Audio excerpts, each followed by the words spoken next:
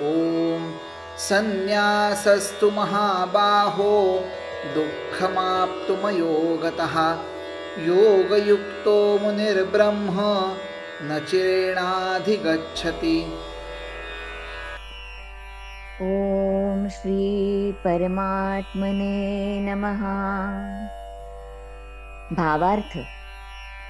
हे अर्जुना, निष्काम कर्मयोगाखेरीज संन्यास अर्थात मन, बुद्धी, इंद्रिय, शरीर यांनी होणाऱ्या सर्व कर्मांच्या कर्तेपणाचा त्याग प्राप्त होणं कठीण आहे.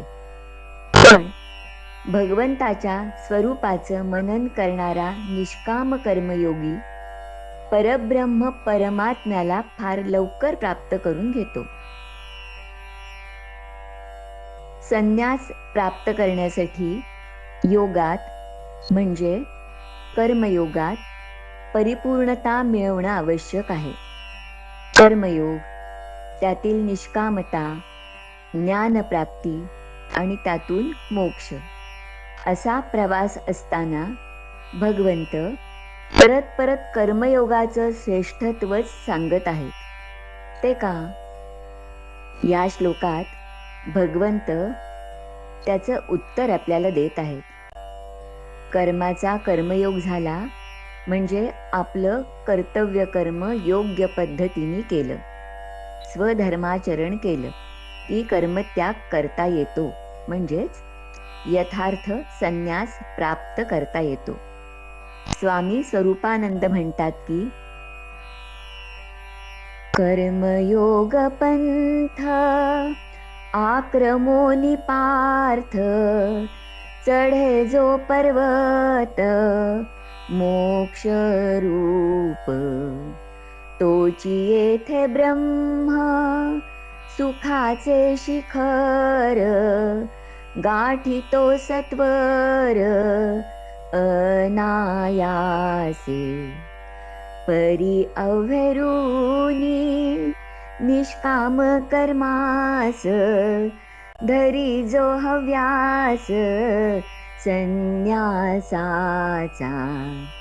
तया लागी वाया बापुडे सायास, घडे ना संन्यास कदा काळी. यथार्थ संन्यास प्राप्त करणं कठीण आहे. म्हणून भगवंत सांगतात की प्रथम योग्य प्रकारे कर्मयोग साध्य करा आणि मग कर्मत्याग करा.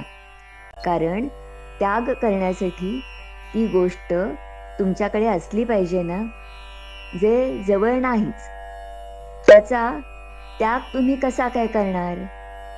एखादा मनुष्य आपली इच्छा पूर्ण होत नाही म्हणून दुःखी निराश होऊन सगळ्या गोष्टींचा त्याग करून संन्यास घेतो.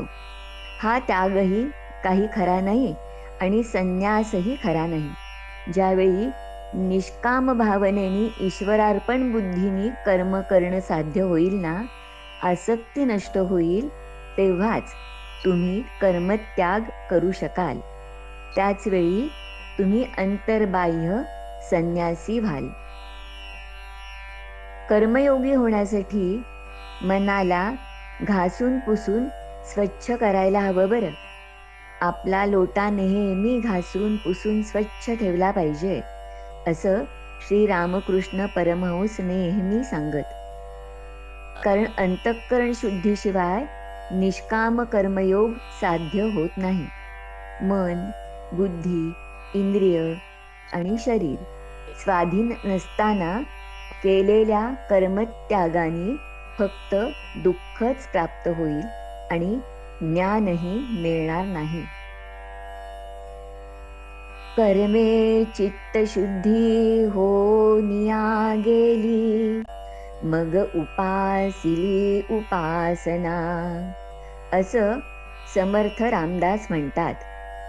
योग्य कर्म केल्याने मनःशुद्धी होते. पण योग्य कर्म कोणती? जी कर्म स्वार्थरहित हेतूंनी जगाच्या हितासाठी केली जातात ना, ती योग्य कर्म होत. यातून आपल्यातील मीचा विकास होतो. आपल्या जाणीवेचा परीघ विस्तारतो.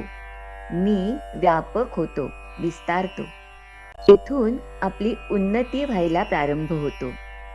मीचा कायमचा त्याग ही याची शेवटची पायरी होय. आता फक्त ईश्वराचंच अस्तित्व, त्या वेगळा मी नाहीच. यातूनच व्यक्तीतील क्षमता, सामाजिक जाणीव, सेवाभाव आणि समर्पणशीलता विकसित होते बरं. सेवा आणि त्याग हे भारताचे आदर्श आहेत, असं स्वामी विवेकानंद म्हणतात. अशा पद्धतीने कर्माचरण केल्यास चित्तशुद्धी होते. चिंतनशीलता आणि मननशक्ती विकसित होते.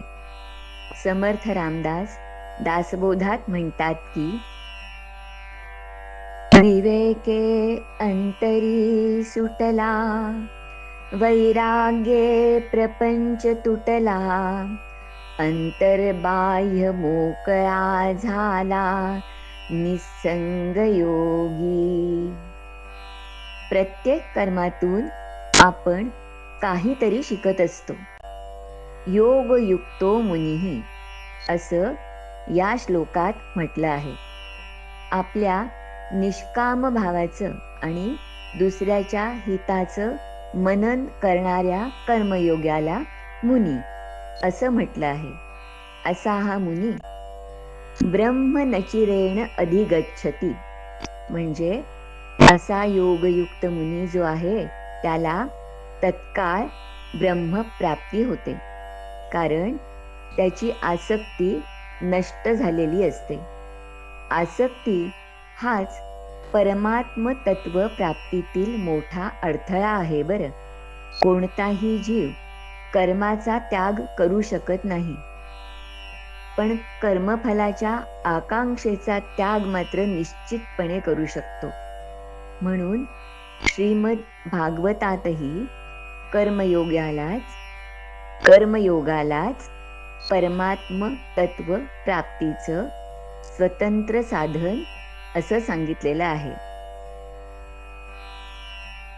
अस्मिन् लोके वर्तमान स्वधर्मस्थो नगशुचि, ज्ञानं विशुद्धमाप्नोति, मद्भक्तिं वा यदृच्छया. स्वधर्मात स्थित असलेला तो कर्मयोगी या लोकात सर्व कर्तव्य कर्मांचं आचरण करूनही पाप पुण्यापासून मुक्त होऊन विशुद्ध तत्वज्ञान अथवा परमभक्ती प्राप्त करतो. कर्मयोगाचं महत्त्व सांगताना 12व्या अध्यायात भगवंत म्हणतात की, श्रेयो हि ज्ञान अभ्यासात् ज्ञानात् ध्यानं विशिष्यते, ध्यानात् कर्मफल त्यागात् शान्तिरनन्तरम्. अभ्यासापेक्षा ज्ञान श्रेष्ठ, ज्ञानापेक्षा ध्यान श्रेष्ठ, ध्यानापेक्षा फलत्याग श्रेष्ठ आहे. कर्मफल त्यागाने तात्काळ शांती प्राप्त होते. म्हणून भगवंत पुन्हा पुन्हा कर्मयोगाचं महत्त्व सांगत आहेत बरं.